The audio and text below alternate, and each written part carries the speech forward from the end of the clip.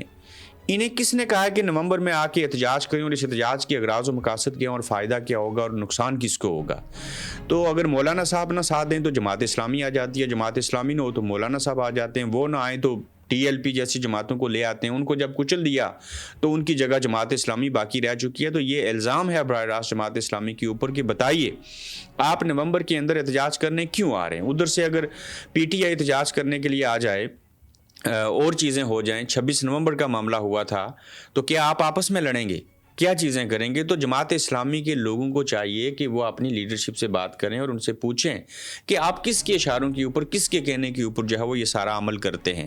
وہیں پہ اقرار اور حسن صاحب نے نئی جماعت بنا لی ہے یا بنانے لگے ہیں، کل میں ان کے ساتھ پروگرام بھی کروں گا انشاءاللہ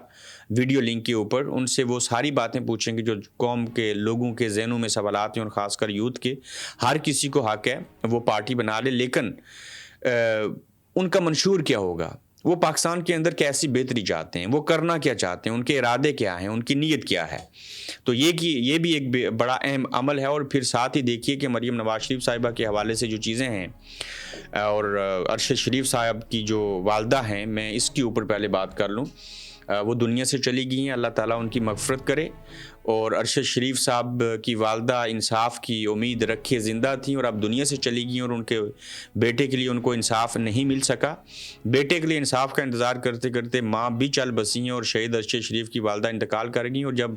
وہ زندہ تھی تو اپنے بیٹے کے پرانے ولاگ جو تھی اور جو ٹاک شو تھے وہ دیکھتی تھی،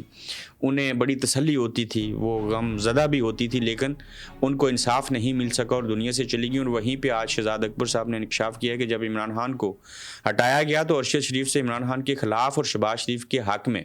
سٹوریز کرنے کا کہا گیا۔ تو چونکہ ارشد شریف فوج کے ساتھ بڑا کام کرتے تھے تو ارشد شریف نے انکار کیا اور کہا کہ مجھے وجہ بتائیں، فیکٹس بتائیں، جو میں 8 سال سے شہباز شریف کے کرپشن پر سٹوریز کرتا رہا ہوں، میرے پاس تمام ثبوت موجود ہیں، میں اپنی ان سٹوریز کے خلاف کیسے جاؤں، میں اپنی ہی باتوں کی تردید کیسے کروں؟ تو ارشد کا یہ انکار اس کے پاکستان چھوڑنے کی وجہ بنا اور اس پر پاکستان کی زمین تنگ کر دی گئی تھی۔ عاصم منیر بھی ارشد کے گھر گئے، اس کے ساتھ وہی کرنل نعمان تھے جس کو ارشد کی والدہ نے باقاعدہ پوائنٹ آؤٹ کیا کہ اس کے اوپر ایف آئی آر کرو، اور یہ بندہ جو ہے وہ میرے بیٹے کی جو شہادت ہوئی، جو موت ہوئی، اس میں وہ شامل ہے۔ یہ انکشاف بیرسٹر شہزاد اکبر صاحب نے کیا ہے۔ تو اس کے ساتھ اگر آپ دیکھیں کہ اوکاڑا بآواز بلند گانا سننے پر قانون حرکت میں آ گیا، اور گزشتہ کچھ عرصے سے یہ چوتھا مقدمہ اوکاڑا تھانے کے اندر ہوا ہے۔ اوکاڑا تھانہ منڈی احمد آباد میں پنجابی فحش گانا اسی پاگل ہوئے سجنا وے انا پیار تیرے نال کرنے آ، یہ گانا ٹریکٹر ڈرائیور نے لگایا ہوا تھا، اور ٹریکٹر ڈرائیور کے خلاف جو ہے مقدمہ درج ہو گیا، لیکن ملزم گرفتار بھی ہو گیا ہے۔ اس شخص کے اوپر کوئی مقدمہ نہیں بنا کس نے یہ لکھا، اس اسٹوڈیو والوں کے اوپر کوئی مقدمہ نہیں بنا جہاں پہ یہ گایا گیا، ان سنگرز کے اوپر مقدمہ بنا کے ان کو گرفتار نہیں کیا گیا جنہوں نے اس کو گایا تھا، لیکن یہ ٹریکٹر ڈرائیور جو ہے اس کو گرفتار کر لیا گیا ہے۔ صاحب، وہ پنجاب کے اندر جو ہے وہ بلدیاتی الیکشن کے حوالے سے بات چیت ہو رہی ہے، اور ہر گلی محلے میں یہ ہوگا کہ اتنے بڑے الیکشن ہوتے ہیں کہ بھائی لوگوں کے پاس اتنا بندہ نہیں ہوتا کہ مینج کیا جا سکے۔ بھائی لوگوں کو پتہ ہے کہ اگر جماعتی بنیادوں پر ہوئے تو P T I clean sweep کر جائے گی، اور پھر ہم کس کو پکڑیں گے، اس لیے بلدیاتی انتخابات غیر جماعتی ہو رہے ہیں، اور جب مالٹا، کیلا، سیب الیکشن جیت جائے گا تو مہینے بعد انہیں تربوز بنا دیا جائے گا، انہیں ڈرا دھمکا کر ایک پارٹی میں شامل کیا جائے گا، اس سے تحریک انصاف کی چھٹی ہو جائے گی اور مریم نواز کی بلدیاتی حکومت بن جائے گی۔ گلیاں ہو جانگیاں سانجیاں، ہر گلی محلے میڈم مریم کی جو فوٹو ہے وہ پھرا کرے گی۔ یہ عدیل راجہ جو ہیں وہ کہہ رہے ہیں کہ یہ پورا پلان جو ہے وہ دیا گیا ہے۔ نون لیگ کی حکومت کے بارے میں اجمل جامی جو ہیں وہ لکھتے ہیں کہ یہ ضیاء الحق کے نقش قدم پر ہے۔ ڈکٹیٹر ضیاء الحق نے ایک جو ہے وہ کالا قانون بنایا تھا کہ جیل میں قیدی لوگ سیاسی باتیں نہیں کر سکتے۔ جسٹس سردار اسحاق نے اس قانون کو کالعدم کیا ہے، اور لیکن چیف جسٹس سرفراز ڈوگر نے ضیاء الحق کا قانون بحال کر دیا۔ ضیاء الحق کی وفات کے بعد نواز شریف کہا کرتے تھے کہ ہم ضیاء الحق کا مشن آگے بڑھائیں گے، اگر اس قانون کو آپ نے بحال کروایا تو اس مشن کو آگے بڑھانے کی بات ہو رہی ہے۔ کسی کی سوچ پر، سیاسی فکر پر پابندی نہیں لگائی جا سکتی۔ کل کو کہیں گے کہ لوگ قیدی سانس بھی نہیں لے سکتا، قیدی مرغی نہیں کھا سکتا، قیدی لمبے بال نہیں رکھ سکتا۔ اجمل جامی نے اس کے اوپر جو ہے وہ تنقید کیا۔ اب آ جائیے صاحب، آزاد کشمیر کے اندر جو ہے وہ اقتدار کی رساکشی جو ہے وہ جاری ہے۔ پیپلز پارٹی نے فیصلہ کر لیا ہے وہ اپنی حکومت بنائیں گے، اس میں نون لیگ سے ان کو ووٹ چاہیے۔ نون لیگ سے ووٹ اس لیے چاہیے اور نون لیگ ووٹ اس لیے دے گی، اس سلسلے میں شاید زرداری صاحب نے بھی شہباز شریف صاحب کو فون کر کے کہا ہے کہ جیسے ہم پاکستان کے اندر ایک دوسرے کو ووٹ دیتے ہیں، ایک دوسرے کے گناہ اپنے سر اٹھاتے ہیں، اور ہم نے آپ کو ووٹ دیے، آپ کی حکومت بنی، ایسے ہی مسلم لیگ نون کو آزاد کشمیر میں پیپلز پارٹی کے جب ہم وزیر اعظم بنائیں گے تو اس میں آپ ہمیں ووٹ دیں۔ اب نون لیگ اس لیے ایسا عمل کرے گی کہ نون لیگ کو پتہ ہے کہ یہ اگلا بجٹ تو 26 جون میں ہوگا، تو اس بجٹ سے قبل ابھی 94 ارب روپے پڑے ہیں، تو ہم ان کا ساتھ بھی دے دیں گے، اپوزیشن میں بھی بیٹھ جائیں گے، تو اس بجٹ میں سے ہمیں کچھ حصہ مل جائے گا جس کو ہم لگا کے جہاں عوام کی فلاح و بہبود کا کام ہوگا وہاں پہ لوگوں سے ووٹ بھی حاصل کر لیں گے۔ اب میں کتنے لوگوں کو جانتا ہوں جو پیپلز پارٹی کے امیدوار کی پہلے سے جو ہے وہ سپورٹ کریں، اور آنے والے دنوں میں ان تمام رہنماؤں کے آپ کو نام بتاؤں گا کہ فاروق حیدر دوسری جگہ کے اوپر کیوں ہیں، اور پھر کون جو ہے وہ نون لیگ میں ہوتے ہوئے کس کی سپورٹ کر رہے ہیں، اور جب ان کے کارکنوں کو پتہ چلے گا تو پھر ان کو سمجھ آئے گی کہ یہ مسلم لیگ نون کے 4 بڑے، جس میں جاٹ قبیلے کے لوگ ہیں، جس میں راجپوت قبیلے سے لوگ ہیں، جو اندرون خانہ چھپ کے کسی اور کو سپورٹ کر رہے ہیں۔ تو آپ پیپلز پارٹی سے وزیر اعظم آئے گا، وہ میرپور ڈویژن کو ملے گا وزیر اعظم،